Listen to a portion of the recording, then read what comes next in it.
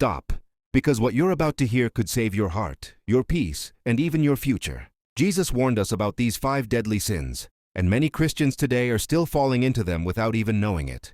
One morning, Jesus sat on a hillside with his disciples. The breeze was calm, the sunrise was soft. People gathered around him because they were tired, confused, and searching for peace. Jesus looked at them and said, "Peace comes from a pure heart, but there are things that destroy the soul and steal your peace." And then Jesus began to teach. Jesus told them about a man who always said, "I don't need God. I can do everything myself." This man looked strong on the outside, but inside he was empty, stressed, and lonely. Jesus said, "Whoever lifts himself up will be brought down, but whoever humbles himself will be lifted by God." Matthew 23:12. Pride closes the door to God. Humility opens it. Then Jesus spoke of a woman who had everything she needed, but she kept comparing her life to others. Every time she saw someone blessed, her smile faded a little more. Jesus said, "A person's life does not come from the things they own." Luke 12:15. Envy makes you forget the blessings right in front of you. Jesus described a man who carried anger like a heavy stone. He shouted at his family. He argued with strangers.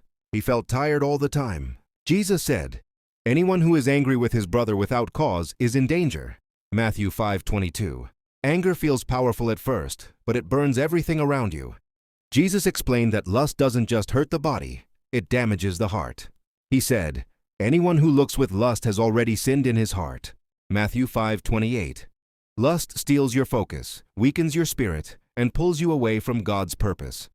True freedom comes from a clean heart. Jesus ended with the most painful sin, unforgiveness. He told them about a man who refused to forgive. Jesus said, "If you do not forgive others, your Father will not forgive you." Matthew 6:15. Unforgiveness locks the heart. Forgiveness sets it free. Jesus looked at the crowd and said, "If you avoid these sins, pride, envy, anger, lust, and unforgiveness, your heart will be lighter, your mind will be clearer, and you will find the true peace that only God can give." The people listened. Some cried. Some prayed. Some finally felt hope for the first time in years. Because peace isn't something you chase. Peace is something God gives when your heart is clean. If you want God's peace, avoid what destroys the soul. Share this with someone who needs it, and subscribe for more powerful Bible stories that will strengthen your walk with God.